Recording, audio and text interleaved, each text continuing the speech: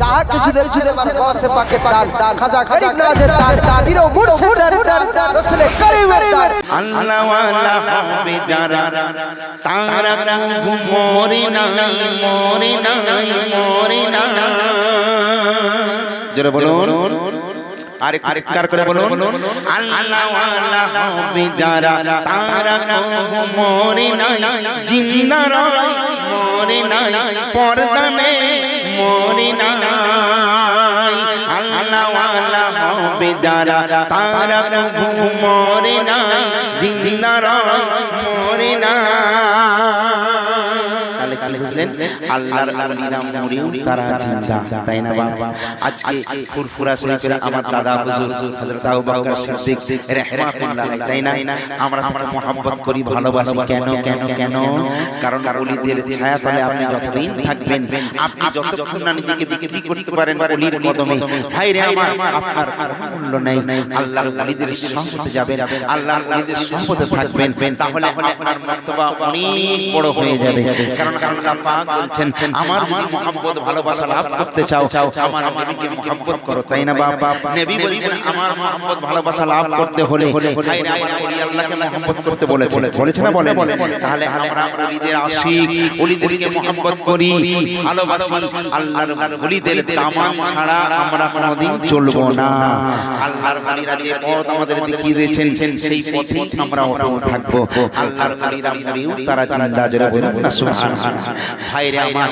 বাদশা ঔরঙ্গজেব যাকে আলমগীর বলা হয় ইনি বিরাট নেককার ইমানদার ছিলেন আপনারা জানেন না বিরাট আল্লাহর ওলি হয়েছেন পরে আল্লাহ ওয়ালা হয়েছেন বাদশা ঔরঙ্গজেব কিন্তু ঔরঙ্গজেবের মধ্যে একটু দ্বিধা এসেছিল মানুষ মরে গেল সে মানুষের সঙ্গে মিশে গেল কিন্তু আল্লাহ বলছে যে আমার কর্তব্য হবে যে আমার পেয়ারা বান্দা হবে মাটির কাও তাদের জন্য আমার এই বান্দার লাশ মুবারক মাংস মুবারক হারাম করে দিয়েছি জোরে বলুন না সুবহানাল্লাহ কারণ তারা মরেও তারা সালাত দেয় তাই না বাবা তো বাদশা আলমগীর তার মনে দ্বিধা এসেছিল উনি চিন্তা করলেন আমাকে দেখতে হবে মাজারে বা আল্লাহর ওলিদের মাজার আছে এই মাজারে তারা মরেও নাকি জিন্দা আলমগীর বাদশা এসে বললেন আসসালামু আলাইকা ইয়া ওলি আল্লাহ মাজার থেকে কোনো খবর এলো না কোনো আওয়াজ এলো না বলে সব খণ্ডদের কথা যে মরে যায় তার তোমার পাওয়ার আছে এই মাজার ভাঙ একটা একটা করে মাজার ভাঙতে শুরু করেছে বহু মাজার ভেঙে দেওয়া হলো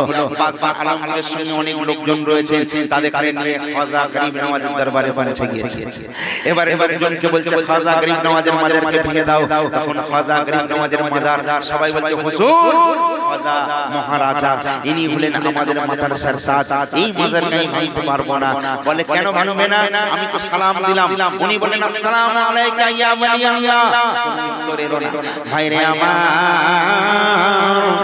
এইবারে বাদশা বলে আল্লাহর ওলি হয়তো কি হয়েছে উনি মরে মরদুদ হয়ে গিয়েছে যদি জীবিত থাকতো নিশ্চয়ই আমার কথার জবাব দিত জবাব এলো না এইবারে বাদশা বলছেন যাও যাও হাতুড়ি আর পেরেক নিয়ে এসো যে হাতুড়ি হচ্ছে নিয়ে এসে যে আঘাত করতে যায় সঙ্গে সঙ্গে কবরের ভেতর থেকে একটা আওয়াজ আসে ওয়া আলাইকুম আসসালাম হুজরত ঔরঙ্গজেব আল্লাহর ওলি যখন এই শব্দ পায় সঙ্গে সঙ্গে পাথর করে কাঁপতে থাকে সঙ্গে সঙ্গে হাতুড়ি ফেলে দিল মাজারে চুন দিয়ে বলে হুজুর আমি মনে করতাম যে মরে গেছে সে মাটির সঙ্গে মিশে গেছে মারদুদ কিন্তু আল্লাহর কালাম বলে আল্লাহর কোরআন বলে যে আল্লাহর হয় আল্লাহ তার হয়ে যায় মরেও তারা জিন্দা আজকে এটা পরীক্ষার জন্য হুজুর মাজারকে আমি আঘাত করেছি হুজুর আজ আঘাত করতে চলেছিলাম না হুজুর আপনি তাহলে জিন্দা কিন্তু একটা প্রশ্ন আপনার কাছে আমি আপনাকে বললাম আসসালামু আলাইকা ইয়া ওলি আল্লাহ তখন কেন আপনি উত্তর দিতে এত বিলম্ব করেন ভেতর থেকে আওয়াজ হয় বাদশা তুই যখন আমার মাজারের কাছে এসে যখন আমায় সালাম পেশ করেছিলিস সেই সময় আমি মাজারে মুকদ্দাসে ছিলাম না, আমি আল্লাহর ওলির সামনাসামনি আল্লাহর ওলির রূবারু হয়ে আল্লাহর ওলির শানে দুরুদে মশগুল হয়েছিলাম। আমি বুঝতে পেরেছি এই জন্য সালামের দিতে বিন্দু মাত্র বিলম্ব হয়েছে। তোরা দেরি শুনল না। বাদশা আলমগীর সেই দিন থেকে আল্লাহ ওয়ালার পথে বাকি জীবন যাপন করতে শুরু করলো। নিজে ওই খাজনা থেকে ওই কোষাগার থেকে কোনো পয়সা নিতেন না, বাকি জীবনটা টুপি সেলাই করে নিজের জীবন যাপন করেছেন। তাই না বাবা? আল্লাহর ওলি হওয়া চারটিখানি কথা নয়, জ্যান্তই মরে গেলে আল্লাহর ওলি হওয়া যায়। আল্লাহর ওলিদের আল্লাহ বিরাট আল্লাহর ওলিরা, তবে যারা আল্লাহর হয়ে গেছে আল্লাহ তাদের হয়ে গেছে, তারা তারপরে মানুষকে ধরা দেয় না, তারা একটু গোপন অবলম্বন বেশি করে। ভাইরা আমার, আপনারা জানেন একটা লোক একদিন আমাদের কাছে বহু মানুষ আছে, বহু রকম সমস্যা। এখন এই জায়গায় আপনাদের এই স্বরূপনগর এখানেরও বহু লোক আলহামদুলিল্লাহ আমরা বাড়ি যাই, কারণ আমার পীর মুর্শিদের নিগাহে আমরা একটা কাজ করি। কোনো মানুষের কোনো সমস্যা থাকলে, কোনো মানুষের ধরুন কারোর বাচ্চা হচ্ছে না, ডাক্তার বলছে তার বাচ্চা হবে না, কেন হবে? কারণ আমাদের কাছে বাঁধা বলে কেউ নেই, আল্লাহর কালামে সব আছে, হুজুরের নিগাহে কারাম। আপনি আমাকে ফোন করুন কোন জায়গায় আপনার প্রবলেম আছে, কি করলে আপনার বাচ্চা আসবে, ইনশাআল্লাহ বলে দেব। এবং আপনার কোনো রোগ হয়েছে যে রোগটা ডাক্তার ধরতে পারছে না, আপনি আমাকে ফোন করুন, ইনশাআল্লাহ আল্লাহ চাইলে আমি ওর উত্তর দিয়ে দেব। যদি ওটা ডাক্তারি কেস হয়, ওটা কোন ডাক্তারে ভালো হবে, অ্যালোপ্যাথিক, হোমিওপ্যাথিক না আয়ুর্বেদিক না অন্য লাইন, আল্লাহর কালামের সাহায্যে সেটা আপনাকে বলে দেব। এটা আপনি জানতে পারেন। সেই টাইমটা হলো রাত 8:30 থেকে 9:30। তো এই কাজ আমরা করি, এই জন্য সারা পশ্চিম বাংলার লোক আল্লাহর রহমত আমাদের ওখানে আসে, আনা জানা করে মহব্বত একটা সম্পর্ক তৈরি হয়েছে। তো বিভিন্ন রকম সম্পর্কে বিভিন্ন মানুষ বিপদে পড়েই মানুষের কাছে যায় না। একদিন বাগদাদে একটা লোক কোটিপতি, তার ব্যবসা ভালো চলছে না, কিন্তু সে আল্লাহ, যারা আল্লাহর হয়ে যায় আল্লাহ তাদের হয়ে যায়, দুনিয়ার প্রতি তাদের আর মায়া মোহ থাকে না, তাই না? তো ইনি তখন চিন্তা করছেন, ইনি যে এখানে বসে আছেন দেখে মনে হচ্ছে মজ্জব পাগল লোক, কিন্তু মনে হচ্ছে না কিছু না কিছু পাওয়া যাবে। যাক গিয়ে বলছে, বাবা আসসালামু আলাইকুম। ওয়া আলাইকুম আসসালাম, কি খবর বেটা? বলছে, বাবা আমি খুব পেরেশানে পড়ে আপনার কাছে এসেছি, আমার ছোট ছেলে মেয়ে বাড়িতে আমার ভাত হচ্ছে না। আমি একটা দিন খুব বড় লোক ছিলাম, পয়সাওয়ালা ছিলাম, আজকে ব্যবসা বাণিজ্য সব ডামাডোল হয়ে গেছে, বন্ধ হয়ে গেছে, বাচ্চাদের মধ্যে ভালো করে রুটি দিতে পারছি না। আল্লাহর ওলির দয়া হয়, কারণ আল্লাহর ওলিদের মনে সবসময় প্রেম ভরা থাকে, তাই না? কিন্তু চাওয়ার মতো চাইতে হবে। আমি যদি আপনাকে বলি, দাদা ভালো আছেন, আপনি বলবেন কি নিশ্চয়ই ভালো আছি। আপনি ভালো আছেন বলবেন না? বলবেন। আর আমি যদি বলি, আমি যদি কোনো বাচ্চাকে বলি, বাবু শোনো তোমার নাম কি? সে বললো আমার নাম মোহাম্মদ। আমি বললাম খুব সুন্দর নাম, বাপ আমি একজন মৌলানা সাহেব, বুঝতে পারছো? বললো হ্যাঁ। বলি বাবা বলিয়াতে বাড়ি তো, আমি নামাজ পড়বো, পানি পাচ্ছি না, একটু পানি এনে দেবে বাপ? সে যাবে না। মধু দিয়ে দিয়েছি, কারণ মধু ঢেলে মোহাম্মদের সঙ্গে বলেছি যাবে না। আর যদি কাউকে এই ভাই বলে শোন আমায় চিনিস, আমি মৌলভী সাহেব আছি, সে বলছে কি হয়েছে? আমি নামাজ পড়বো, একটা পানি আন। সে বলে পালাবে না, কারণ মধু দেয়া হয়। এই জন্য কারোর কাছে কিছু চাইতে গেলে অনুনয় বিনয়ের সঙ্গে চাও, তাই না? আল্লাহ বলছে, বান্দা তোর চাওয়াটা অনুনয় বিনয়ের সঙ্গে যেন হয়। চোখের পানি একটা পানি ধরিয়ে আমার কাছে চা, আমি আল্লাহ দেবার জন্য সর্বদাই তৈরি রয়েছে। তো আল্লাহর ওলির কাছে এসে বলছেন, এই ওলিটার নাম হলো সাবেহুল রহমাতুল্লাহ আলাইহি। সাবেহুলের কাছে এসে বলছেন, আমার জন্য একটু দোয়া করো, কিছু আমাকে দাও, বাঁচাও। তখন সাবেহুল বলেছেন, যাও বাবা তুমি এক কাজ করো, এই বাগদাদে যত দোকান আছে, পুরো মার্কেটে যত কালো কাপড় দেখতে পাবে সব কাপড় তোমার গোডাউনে ভর্তি করো। ক টাকা তোমার কাছে আছে? বলছে সামনের দিনের জায়গা বিক্রি করলে টাকা হবে। বলে লাখ সবে তো? বলে হ্যাঁ। বলে যা পয়সা পাবে সব পয়সাই কাপড়ে ভরে দাও।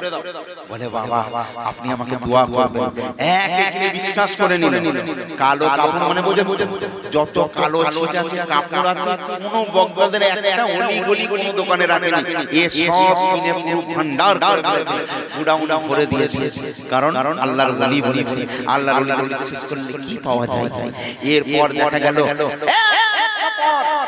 ওই দেশের বাদশার মৃত্যু হয়ে গেছে, ইন্তেকাল হয়ে গেছে।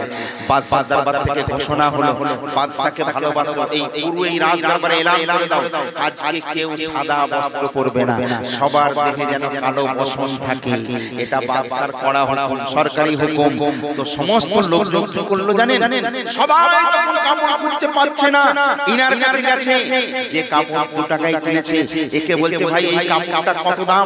বলছে এই কাপড়টার দাম 200 টাকা। বলে 200 টাকা হোক আর 500 টাকা হোক আমাকে দাও। ভাইরে আমার,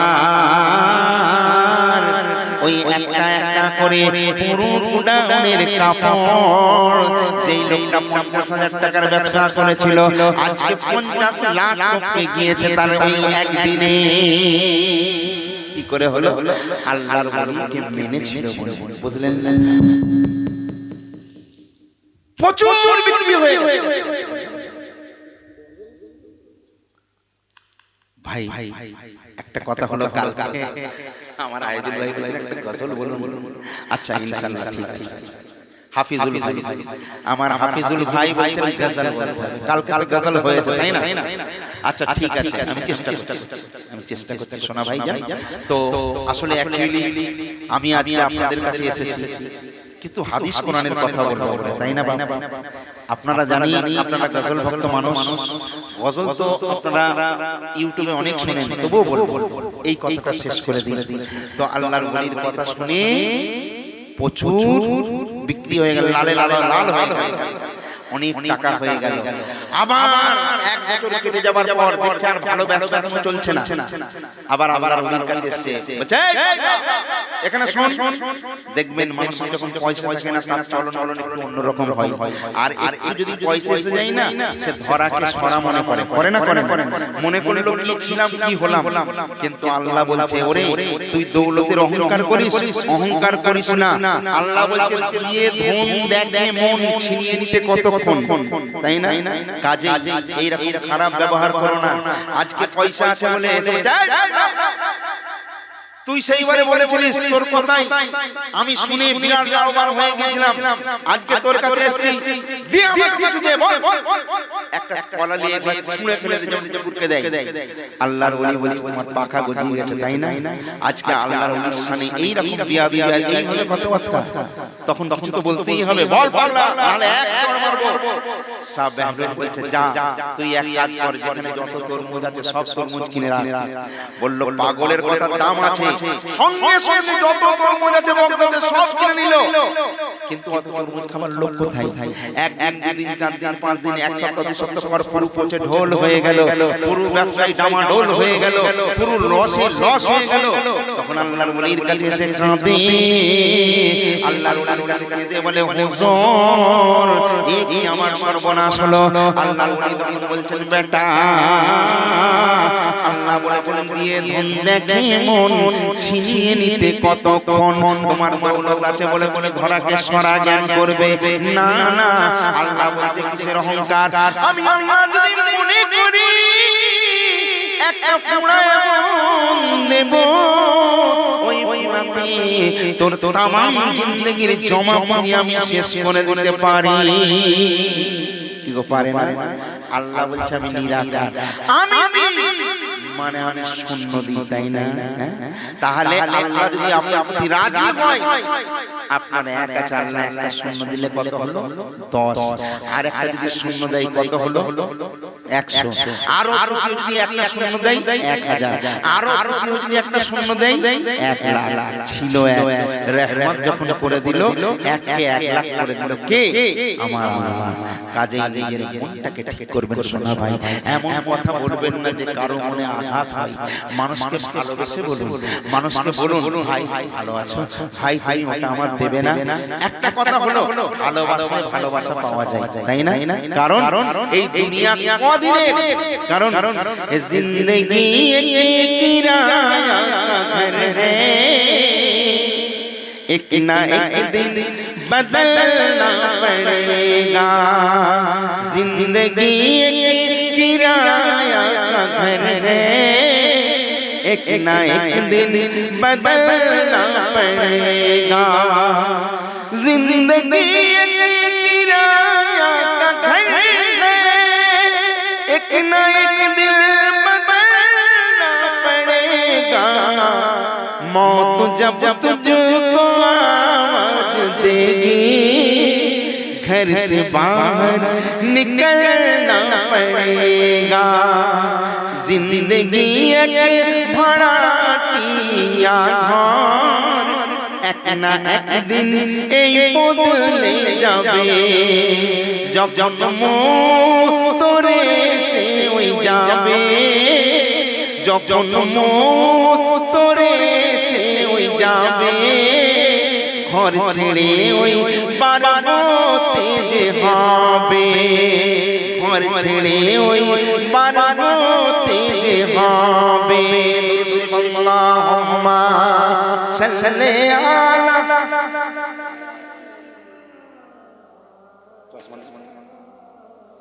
ওয়া আলা আলি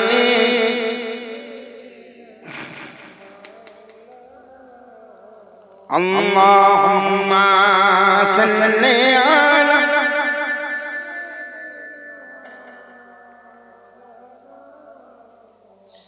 wa ala ali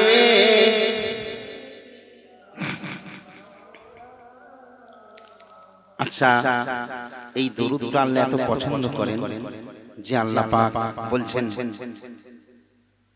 আমি পড়ি আমার ফেরেশতারাও পড়ে হে ইমানদার তোমরাও পড়ো তাই না আহা আমরা আমার নবী বলেছেন লা ইলাহা ইল্লাল্লাহ আমার আল্লাহ বলেছেন মুহাম্মাদুর রাসূলুল্লাহ জোরে বলুন সাল্লাল্লাহু আলাইহি ওয়াসাল্লাম যত ঈমানের কলমা হলো কলমায়ে লা ইলাহা ইল্লাল্লাহ জোরে বলুন সুবহানাল্লাহ দেখুন আজকে সবাই ইসলামের দুশমন কিন্তু একজন একটা ঘটনা আপনাদের সামনে রাখছি ঈমানটা তাজা হয়ে যাবে আমার হাফিজুল ভাই ইনার একান্ত অনুরোধ যদি না রাখি বেড়ে যাবে মনের ক্রোধ বলেছেন হাফিজুল আল্লাহ করে নিও কবুল তো আমি কালামটা শোনাচ্ছি শুনেন কবি বলছে এক কিনে পাক জবানে এক কিনে পাক জবানে কলমা নবীর যে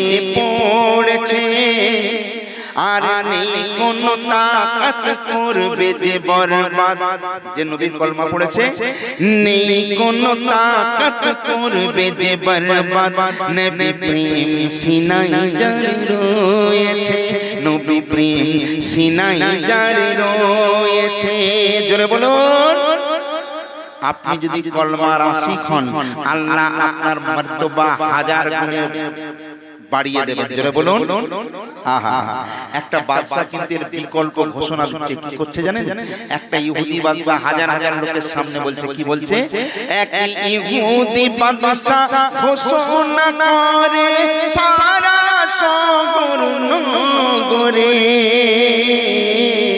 এই মুহাম্মাদের মন গড়া মন্ত্র উচ্চারণ না কেউ করে মুহাম্মাদের মন গড়া মন্ত্র উচ্চারণ না কেউ করে দেখবেন তাদের কথা হাজারো বলবে আমাদের অনেক বদনাম করবে আমরা যদি ছোট্ট একটা বলি ওই কম আমাদের মুখে টিপে ধরতে চাই না তো এই ইহুদি বাদশা বলছে কেউ উচ্চারণ করবে না আর আমি যখন শুনবো যে দিন কানে কোনো দিন রেহাই সে তো পাবে না জানো এ বাদশা বলে যা কথা জানো এ বাদশা বলে যা করে কথা আমার ওই টলবে না বাদশার হুকুম কড়া হুকুম ঠিক না ভাই কিন্তু এই বেঈমান জানে না নবী দিওয়ানা বেঈমান জানে না নবী দিওয়ানা কারে ও কবু না ডরেছে জোরে বলুন না আরে মোহাব্বতের সঙ্গে বলুন, নেই কোনো তাকাত করবে যে বরবাদ নবী প্রেম সিনায় যার রয়েছে।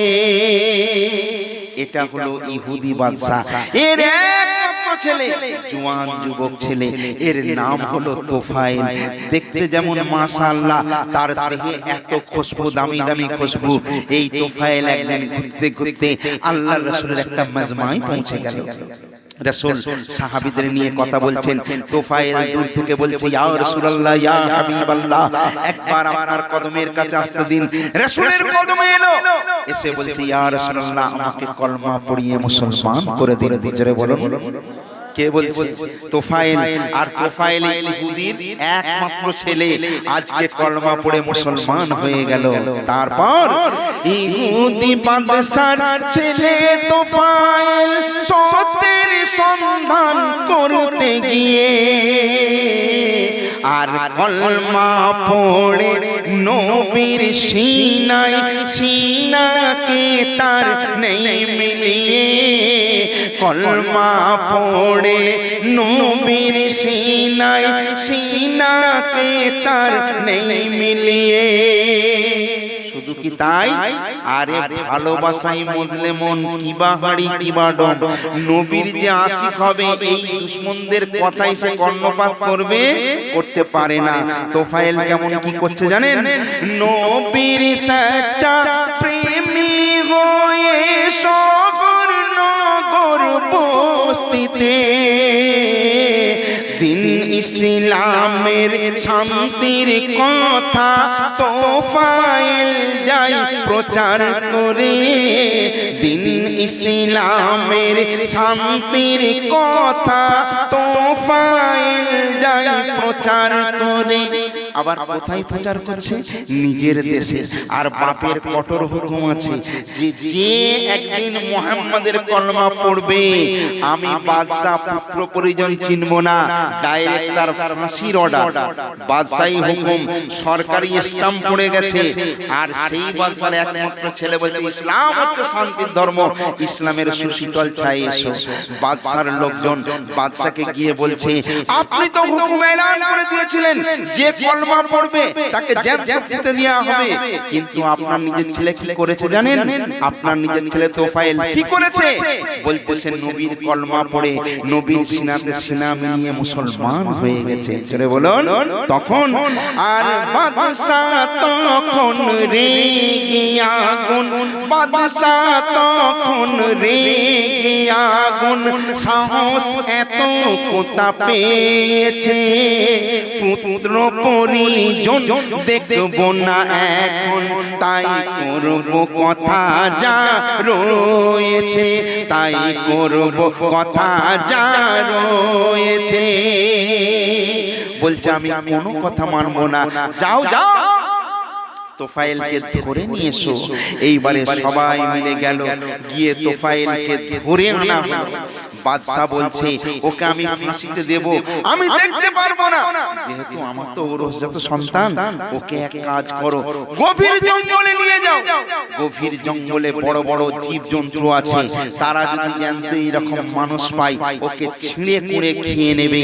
তাই লোকজনের বাদশার কথা মতো তোফায়েলের কোমরে দড়ি বাঁধলো, হাতে পায়ে বাঁধলো, বেঁধে সবাই নিয়ে গিয়ে জঙ্গলের মধ্যে ফেলে দিল। কি ঘটনা ঘটছে দেখেন, কারণ নবীর ইশক, নবীর মুহাব্বত তার মধ্যে আছে। আর সবচেয়ে বড় জিনিস হলো তোফায়েল নবীর সিনাতে নিজের সিনাকে মিলিয়ে নিয়েছে। জোরে বলুন না সুবহানাল্লাহ। তারপর কিছু বলবেন? আচ্ছা আচ্ছা আচ্ছা আচ্ছা আচ্ছা আচ্ছা আচ্ছা আচ্ছা, আহা হা সুবহানাল্লাহ।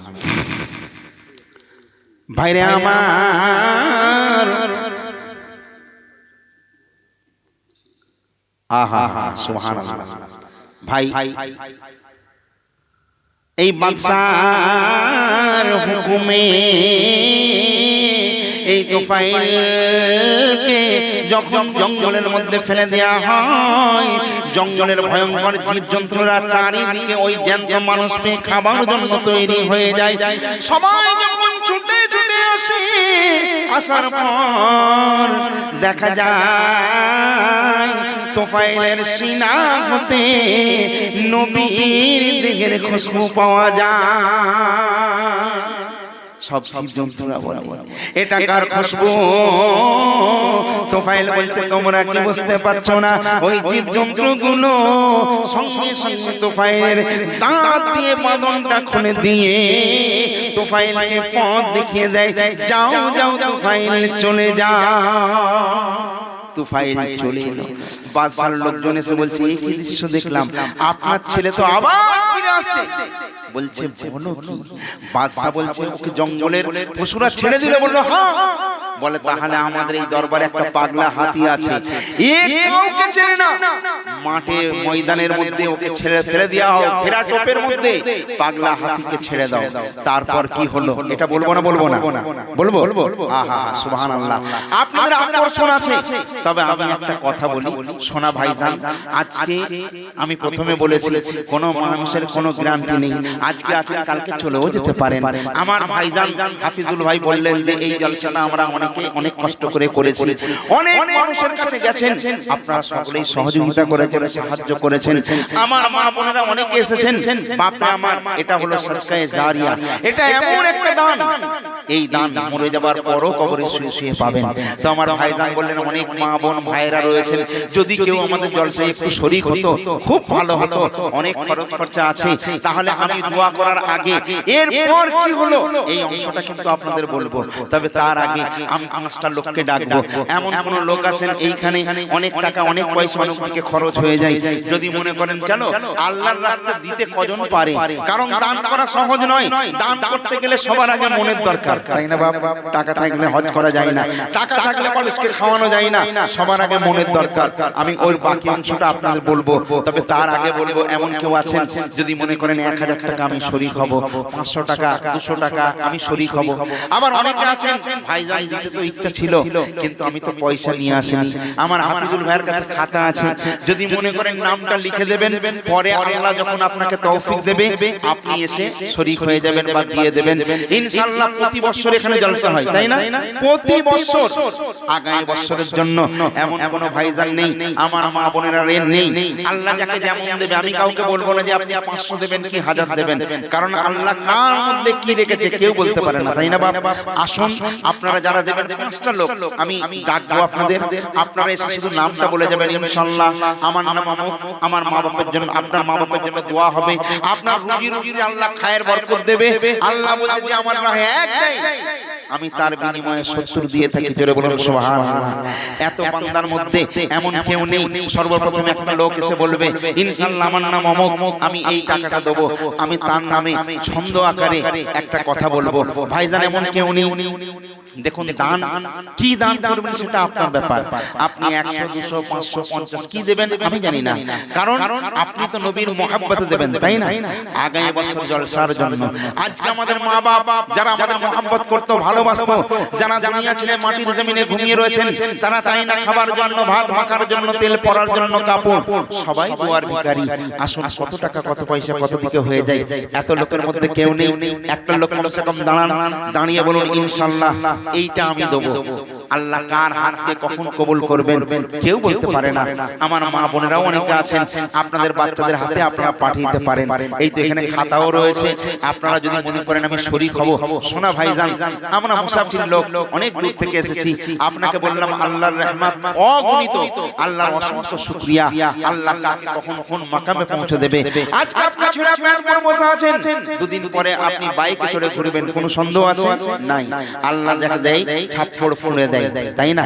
অনেক মানুষ আছে, কতজন এই দেখেন। আমার মা বোনেরা যারা দেবেন আপনাদের বাচ্চাদের হাতে হাতে একটু পাঠিয়ে দেবেন। আসলে চেষ্টা ওই কোন দিয়ে আসা যায়, তাই না? বাহ বাহ, ঠিক আছে ভাইজান, কেউ নেই এইরকম আমি মুসাফির লোক, জবান থেকে বার হয়ে গেছে, কেউ যদি থাকেন ইনশাআল্লাহ আসবেন, এসে একটু সুবহানাল্লাহ। একজন ভাই মনে হয় এসেছেন, আচ্ছা ওনার নাম কি? রুহুল আমিন। আচ্ছা রুহুল আমিন গাজী, যাক আলহামদুলিল্লাহ, আল্লাহর কোনো না কোনো বান্দা ছিল। আমি ওনার জন্য একটু বলি, আরে রুহুল আমিন রুহুল কাজী ভাই যে আমার এই গ্রামে তার বাড়ি, বাড়ি এই গ্রামে তার বাড়ি। আর 500 টাকা জলসার জন্য গেল সে ওয়াদা করি, করি গেল সে ওয়াদা করি। আর দুয়া চাই খুদা তোমার দারে, দুয়া চাই খোদা তোমার দারে, দুয়া চাই খুদা তোমার তরে, দুয়া চাই খোদা তোমার দারে। তুমি রহিম ও রহমান পড়েছে দরুদ ও সালাম লয়ে মোর প্রিয় নবীজির নাম।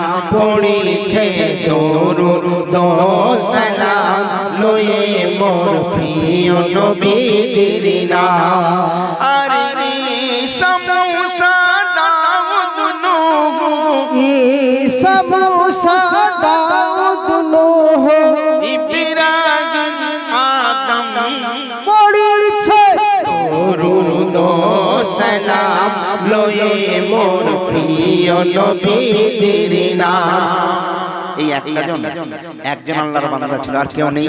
শোনা ভাই, কত টাকা কত পয়সা কত দিকে খরচ হয়ে যায়। আহা, এই দৌলত, এই যে আয়াস আরামের জিন্দেগি আমাদের, এই রূপ চিরদিন থাকবে না, এই যৌবন চিরদিন থাকবে না, এই টাকা পয়সা গাড়ি বাড়ি সব একদিন শেষ হয়ে যাবে। আপনি এসেছেন খালি হাতে, যাবেন খালি হাতে। দুনিয়ার সম্পদ, দুনিয়ার গাড়ি, দুনিয়ার বাড়ি দুনিয়ায় পড়ে থাকবে। তাই আল্লাহ যাকে তৌফিক দেবে একটু আসুন জলদি জলদি। এই দেখেন আমার আরেক ভাইজান উঠেছেন, ইনশাআল্লাহ কত টাকা কত পয়সা কত দিকে হয়ে যায়। শয়তান বলবে বিছনা বিছনা দিলে বেকার হয়ে যাবে, কিন্তু শয়তানের মুখে লাথি মেরে ছুটে আসতে হবে। কারণ আখরি দোয়া, আয় আল্লাহ তাআলা আত্মারুল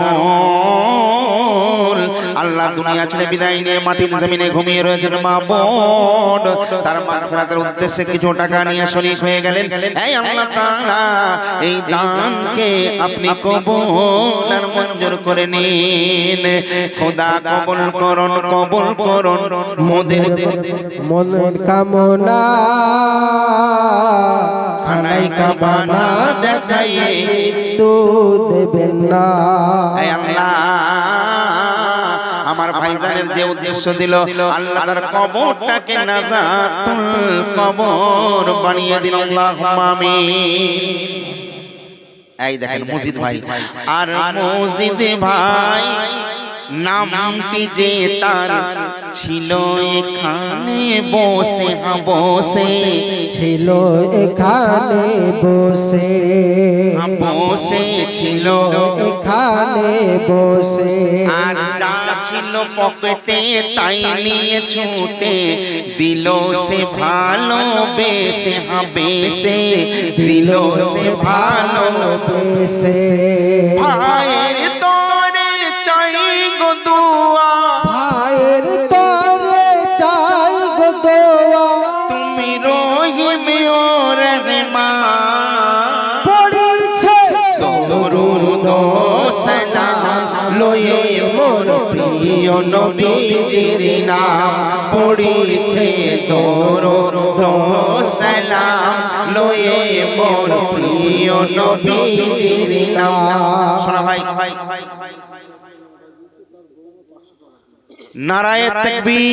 আল্লাহু আকবার। আয় আল্লাহ, মুজিদ চাচা আল্লাহ দুনিয়া থেকে আপনার ডাকে সাড়া দিয়ে মাটির জমিনে ঘুমিয়ে রয়েছেন। তার বউমা ওই শ্বশুরের মাগফিরাতের জন্য দুনিয়ায় কত পয়সা কত টাকা কত ভাবে খরচ হয়ে যায়। আমার ওই মুজাদ্দাদ শ্বশুর তার মাগফিরাতের জন্য 500 টাকা দেবে বলে ওয়াদা করে। আয় আল্লাহ, আমার মনের নেক নিয়তকে আল্লাহ পূরণ করে নিন। তার শ্বশুরের কবরটাকে আল্লাহ জান্নাতের বাগিচা বানিয়ে নিন। আমার মা বোনেরা আঁচল থেকে টুপিতে দিল ভোরে ভোরে টুপিতে দিল ভোরে ভোরে টুপিতে দিল ভোরে আমার মা বোনেরা আঁচল খুলে সব টুপিতে দিল ভোরে ভোরে টুপিতে দিল ভোরে সবাই মোরা করব দোয়া আল্লাহ নিও গো কবুল করে করে নিও গো কবুল করে সবার দানের যা যা আল্লাহ সবার দানের যা যা আল্লাহ সবার দানের যা যা আল্লাহ করো পূরণ তুমি রহিমিও রহমান পড়েছে দরুদ সালাম লয়ে মোর প্রিয় নবীজির নাম পড়েছে দরুদ সালাম লয়ে মোর প্রিয় নবীজির নাম। ভাইরে আমার যিনি করেননি কারো ক্ষতি তিনি হলেন এই জলসার সভাপতি আমার ভাইজান ওনার নাম হাফিজুল এই আল্লাহ তার দানকে আপনি করে নিন কবুল আমার হাফিজুল ভাই তারা আম্মা জান আব্বা জানের মাগফিরাতের উদ্দেশ্যে এই আল্লাহ 500 টাকা দিবে বলে ওয়াদা করেছেন এই আল্লাহ আমার হাফিজুল ভাইয়ের নেক নিয়তকে আল্লাহ পূর্ণ করে দিন তারা আব্বা জান আম্মা জানের কবরের আযাবকে maaf করে দিয়ে তাদের কবরটাকে জান্নাতের টুকরা বানিয়ে দিন এই হাফিজুলের তরে চাই গো দোয়া আল্লাহ তোমার দরগায় আল্লাহ তোমার দরগাহ নেকি ভাইরা আমার টুপিতে ভোরে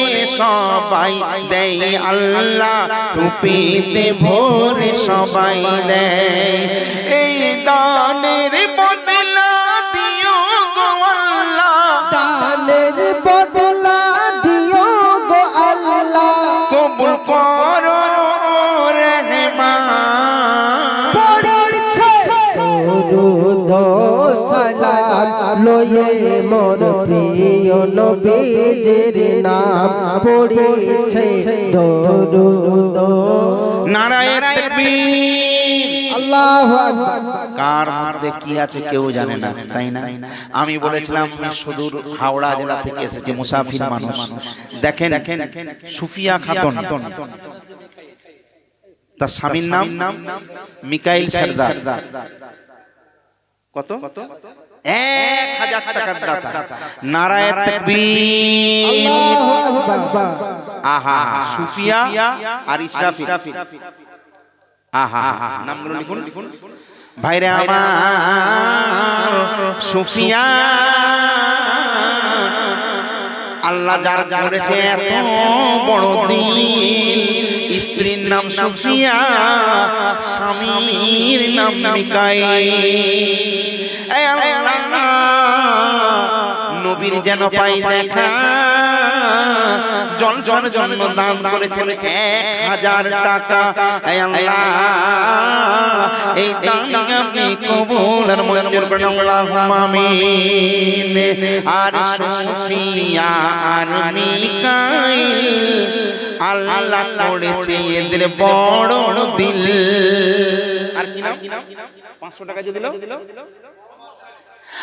আর তার পকেটে যেন না থাকে খালি 500 টাকা দেয় যে নাম তার মোহাম্মদ ডালি এদের তরে দোয়া আমি চাই এদের তরে দোয়া আমি চাই কবুল করে নাও গো আল্লাহ গগন পবন সব বলেছে আর বলেছে বলছে মারহাবা নবী सल्ले अला मरहबा नबी सल्ले अला কত জনা কত টাকা কত ভাবে খরচ করে ফেলে আল্লাহর নবীর মুহাম্মদে এই জলসার জন্য। এই দেখেন আমার কুকুমনিও ছুটে আসছে, আমি কিছু দেবে?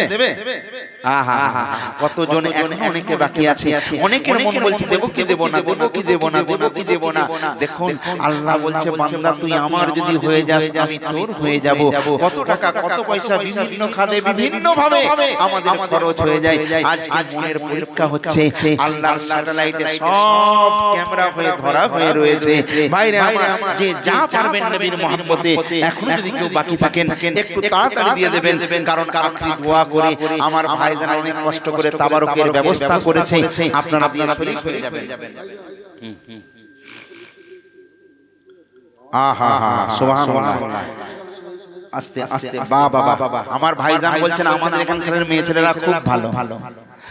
আমি বুঝতে পেরেছি আমার মা বোনেরা যারা জলসায় এসেছেন যে যা পেরেছে প্রাণ ভরে দিয়েছেন। এখনো যারা বাকি আছেন ইনশাআল্লাহ আমার বিশ্বাস আছে তারা আখরি দুয়ার হবার আগে আপনারা দিয়ে দেবেন। যাক জানা ভাই অতিরিক্ত রাত হয়ে গেছে, তবে আমি যে জায়গায় রয়ে গেছি ওই জায়গাটা পূরণ না করলে আপনাদের মনে শান্তি আসবে না, তাই না বাপ? তো এই তোফায়েলকে যখন এখান থেকে জঙ্গলের এই জীব জন্তুরা দড়ি খুলে দিয়ে তাড়িয়ে তুলে দিল, চলে এলো, তার দেশে ফিরে এলো। কথা বুঝতে পেরেছেন তো? ও জায়গায় আছে। যারা বাকি আছেন তারা এই নামটা শেষটা শুনতে থাকুন এবং দিয়ে দেবার চেষ্টা করুন, কারণ একটু পরেই দোয়া শুরু হয়ে যাবে। তারপর এবারে তারা কি করছে দেখেন, যখন বাদশার হুকুম তামিল করে জঙ্গলে তাকে ফেলে দিল, তারপর সে যখন চলে এলো সেই সময় এক ঘেরা ময়দানে একটা পাগলা হাতিকে ছেড়ে দেওয়া হলো। কি ঘটনা ঘটলো পরবর্তী অংশ শুনতে থাকুন। এক ঘেরা ময়দানে তোফায়েল টেনে দিল যে বন্দি করে, জঙ্গলের পাগলা হাতিকে এনে সে তাই দিল ছেড়ে, জঙ্গলের পাগলা হাতিকে এনে সে তাই দিল ছেড়ে। সেখান থেকে পালাবার কোনো রাস্তা নেই। একদিকে তোফায়েল, একদিকে হাতি, চারিদিকে জনসমুদ্র। সবাই দেখছে কি হয়, পাগলা হাতি মারার জন্য প্রাণপণে ছুটে যাচ্ছে। তারপর তোফায়েলের প্রতি রাগিয়া হাতি মারতে যখন ছুটে গেল, খুশবু পেয়ে সামনে গিয়ে চুপ করে সে দাঁড়িয়ে গেল। জোরে বলুন। তখন হাতি বলে তোফায়েল তোমার দেহতে নবীর খুশবু পাওয়া যায়। তো তোফায়েলকে মারা তো দূরের কথা, তোফায়েলের সামনে নত জানু হয়ে হাতি শুয়ে পড়ল। তারপর কি করলো জানেন? আর সুরে করে ধরে তারে, পাগলা হাতি সুরে করে ধরে তারে পিঠে তার তুলে নিয়েছে। নেই কোনো তাকত করবে যে বরবাদ, নবী প্রেম সিনাই জারে রয়েছে, নবী প্রেম সিনাই জারে রয়েছে। বুঝলেন না? এই দৃশ্য দেখে সবাই অবাক হয়ে গেল।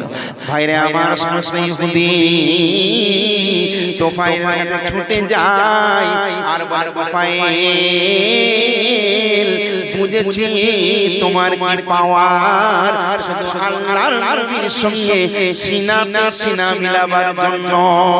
তোফায়েল রে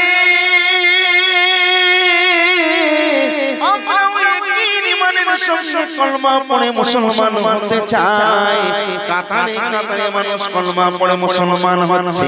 ওই ইহুদি বাদশা তোফায়েলের আব্বা ছুটে এসে বলে বাপ তুমি আমায় মাফ করে দাও, আমাকে ওই কলমার সঙ্গে শামিল করে নাও। বলে কলমা পড়ে মুসলমান হয়ে গেল।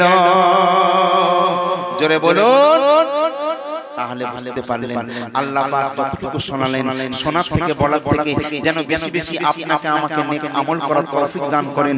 জোরে জোরে আল্লাহুম্মা আমিন। আসুন একটু সবাই দাঁড়িয়ে গিয়ে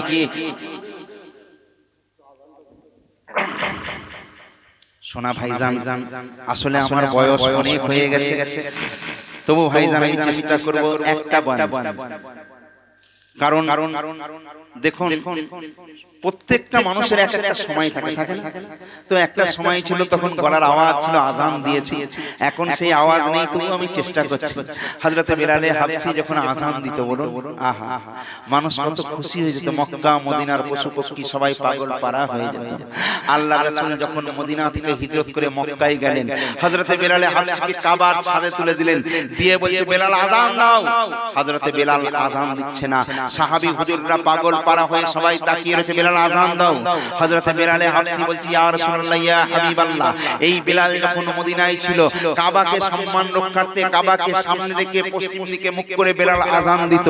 আজকে সেই বেলালকে ইয়া রাসূলুল্লাহ ইয়া হাবিবাল্লাহ আপনি কাবার ছাদে তুলে দিয়েছেন আর আমাকে বলছেন আজান দিতে। আমি বেলাল চিন্তায় পড়ে গেছি, আমি আজকে আজান দেবে তো কোন দিকে মুখ করে আজান দেব, কারণ আমি বেলাল এই কাবা বাইতুল্লাহ ছাদে। আল্লাহর রাসূল তখন বলছে বেলাল কাবার কাবা মুস্তাফাকে দেখো আর আমার দিকে তাকিয়ে আজান দাও, জোরে বলুন। তো বেলাল বলেছিল পুরো আজান দেব না, শুধু ঝলক দেব। বেলাল বলেছিল হাইয়া আলাস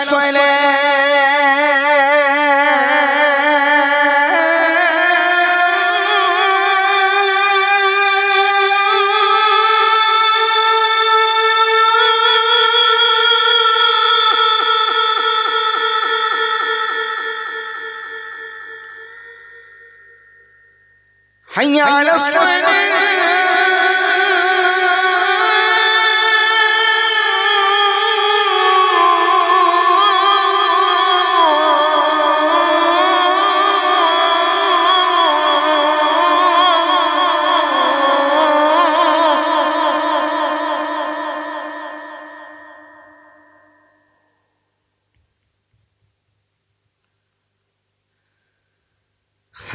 هاي يا على الفلاح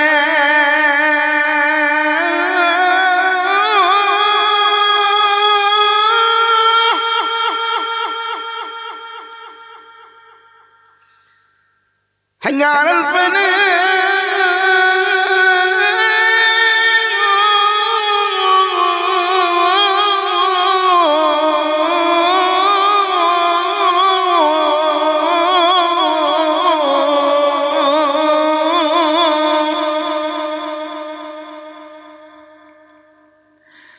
ভোরের এক এক ঝলক আসসালাতু খায়রুম মিনান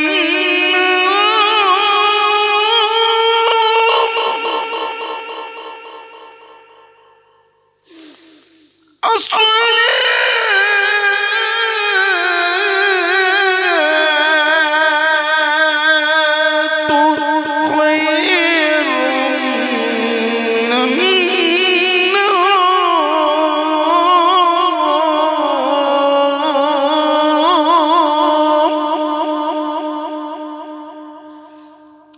যথেষ্ট, আমি চেষ্টা করেছি, তাই না বাবা? আগের মতো তো আর হবে না, কারণ তখন ক্যাসেটে আপনারা শুনেছেন, এখন দেখতে দেখতে 53 বছর বয়স। এটা কি কম? ছেলে মেয়ে বৌমা জামাই সব হয়ে গেছে, আপনাদের কাছে জোয়ান হয়ে আছি, তো এটাকে তো আর বদলানো যাবে না। যাই হোক, আশা করি এতেই খুশি হয়েছেন। আসুন আমরা নবীর মহব্বতে একটু দাঁড়িয়ে গিয়ে সালাতু সালামের নজরানা পাঠ করি। ইয়া নবী সালামু আলাইকা ইয়া রাসূল সালাম, ইয়া হাবিব সালামু আলাইকা সালাম, ইয়া রাসূলুল্লাহ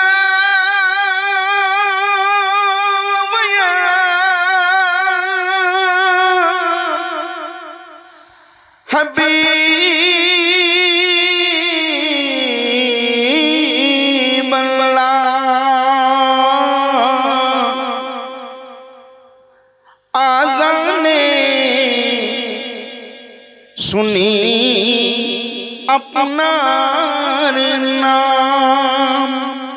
কলেমায় পড়ি আপনার নাম, নামাজে আপনাকে সালাম, আপনি যে নূরে মুজাসসাম, ইয়া নবী সালাম।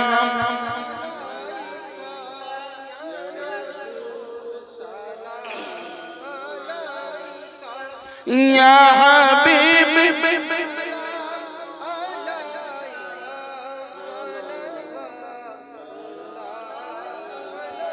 ইয়া রাসূলুল্লাহ, মরণে পাশে থাকি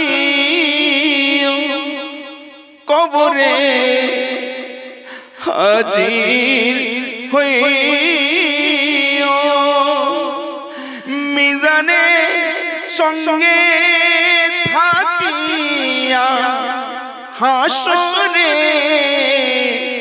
তোরা নিও, ইয়া নবী সালাম।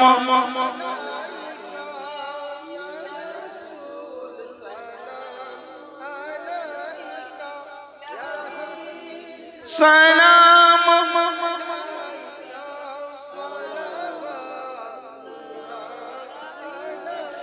ইয়া রাসূলুল্লাহ,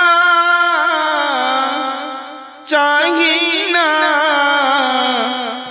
জান্নাতের ইয়ারা, চাহি না এই দুনিয়ার নাম, চাহি যে হে নবী আকরাম, পাই যেন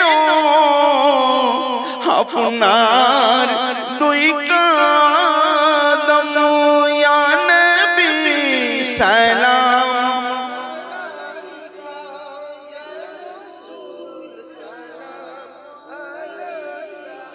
ইয়া হাবিব সালাম।